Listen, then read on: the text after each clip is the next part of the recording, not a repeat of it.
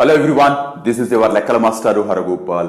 ఇంతకు ముందు వీడియోలో ఏరియా ఆఫ్ ట్రయాంగిల్ డెరివేషన్ గురించి అలాగే రిలేటెడ్ బేసిక్ లెవెల్ ప్రాబ్లమ్స్ గురించి డిస్కస్ చేసాం.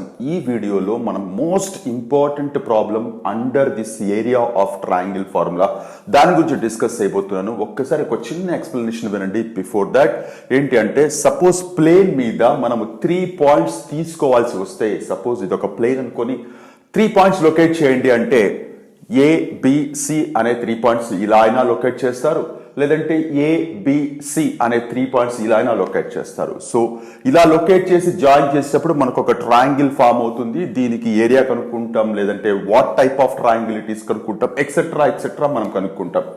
అలా కాకుండా 3 పాయింట్స్ ని జాయిన్ చేసినప్పుడు మనకి ఇలా స్ట్రైట్ లైన్ వస్తే ఈ పాయింట్స్ ని మనము కొలీనియర్ పాయింట్స్, సరేఖియాలు అని పిలుస్తూ ఉంటాం.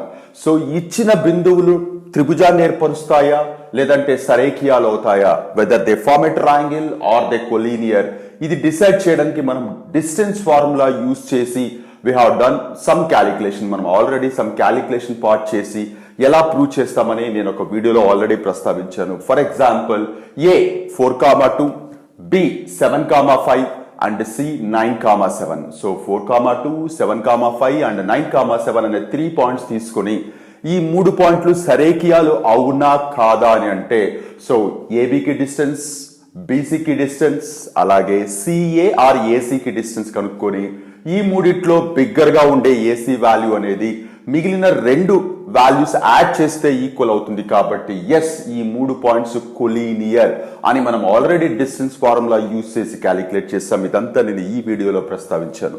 సో ఇప్పుడు ఈ ఏరియా ఆఫ్ ట్రయాంగిల్ కి ఈ కొలీనియారిటీకి ఏంటి సంబంధము అంటే, జస్ట్ ఇమాజిన్ ఏబిసి అనే ఒక ట్రయాంగిల్ ఇలా తీసుకుంటే దీనికి ఎంతో ఏరియా ఉంటుంది మనకు తెలుసు.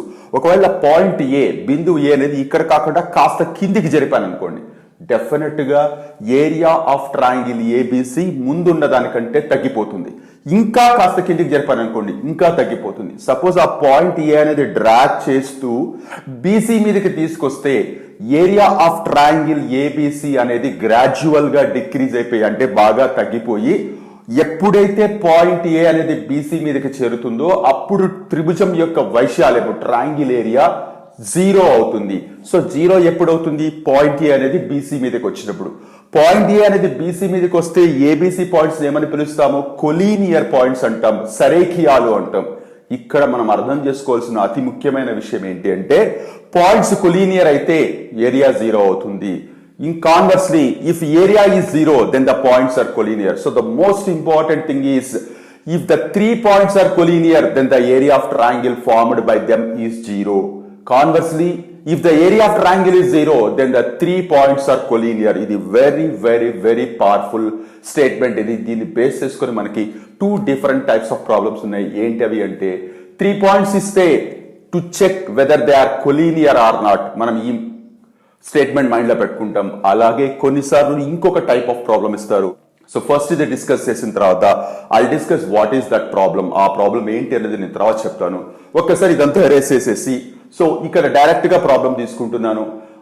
ఏ 4,2, బి 7,5 అండ్ సి 9,7 పాయింట్స్ కొలీనియరా కాదా? Check the collinearity of the points, సరేఖీయతని సరి చూడండి. సో ఇప్పుడు నేనేం చేస్తానంటే, ఈ 3 పాయింట్స్ తో ఒక ట్రయాంగిల్ ఫామ్ అవుతుంది అని ఇమాజిన్ చేసుకొని, నేను ఎక్కడా లొకేట్ చేయడం లేదు, ఇమాజిన్ చేసుకొని ఈ ట్రయాంగిల్ కి ఏరియా క్యాలిక్యులేట్ చేస్తున్నాను.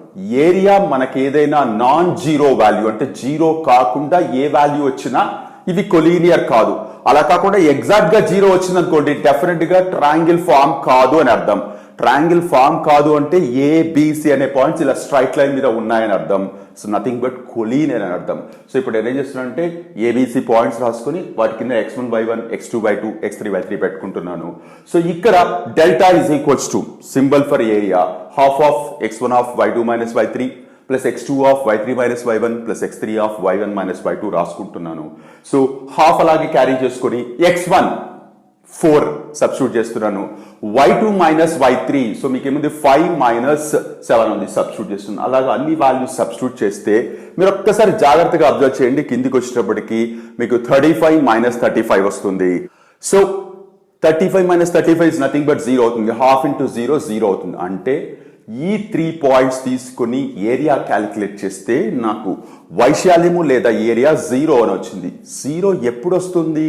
ఈ 3 పాయింట్స్ ఒకే స్ట్రైట్ లైన్ మీద ఉంటే 0 వస్తుంది. సో సింపుల్ గా మనం ఏం రాస్తామంటే as the area of triangle is 0 given points are collinear. త్రిభుజ వైశాల్యము 0 కాబట్టి ఇచ్చిన బిందువులు సరేఖీయాలు అని మనం కన్క్లూడ్ చేసేస్తాం. సో మై డియర్ చిల్డ్రన్, ఇంతకు ముందు డిస్టెన్స్ ఫార్ములాలో ఏబికి బీసీకి ఏసీకి డిస్టెన్స్ కనుక్కోవడం కోసం 3 సార్లు ఫార్ములా రాసి 3 సార్లు క్యాలిక్యులేట్ చేసి వచ్చే వాల్యూస్ ని మళ్ళీ మనం సింప్లిఫై చేసుకుని అవుతుందా కాదా చెక్ చేసి ఇంత లాంగ్ ప్రాసెస్ చేసేవాళ్ళం.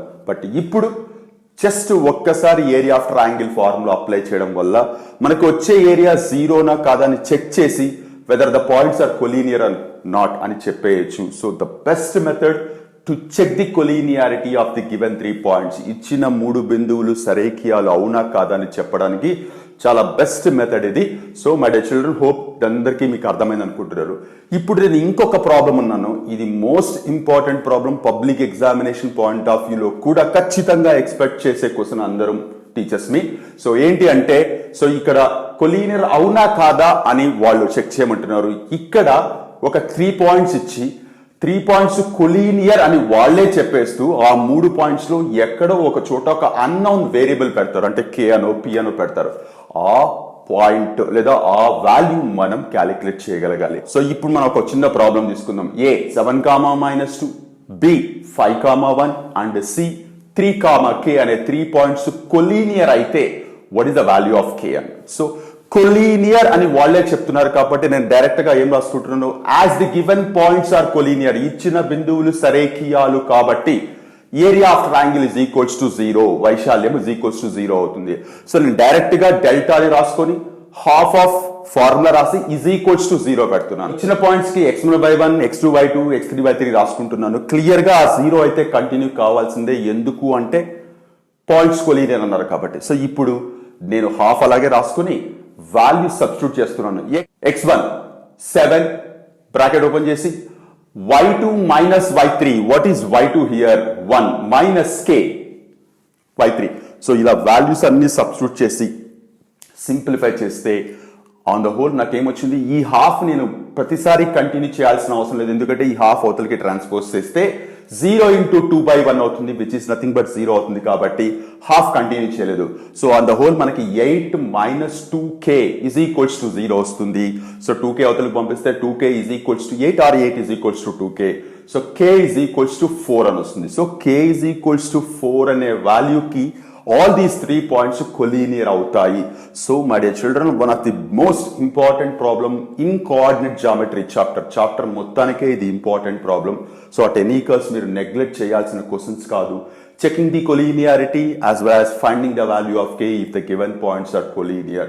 సో టెక్స్ట్ బుక్ లో ఇలాంటి ప్రాబ్లమ్స్ ఉండవని నేను స్క్రీన్ మీద చూపిస్తున్నాను. So keep on practising my dear children. ఎటువంటి పరిస్థితుల్లో మీరు నెగ్లెక్ట్ చేయకూడనటువంటి క్వశ్చన్స్ ఇవి. సో హోప్ మీకు అందరికీ అర్థమైంది అనుకుంటున్నాను. మనం నెక్స్ట్ వీడియోలో మరొక టాపిక్ తో మళ్ళీ కలుద్దాం. అంతవరకు take care, by by. Your లెక్కల మాస్టర్ హరగోపాల్.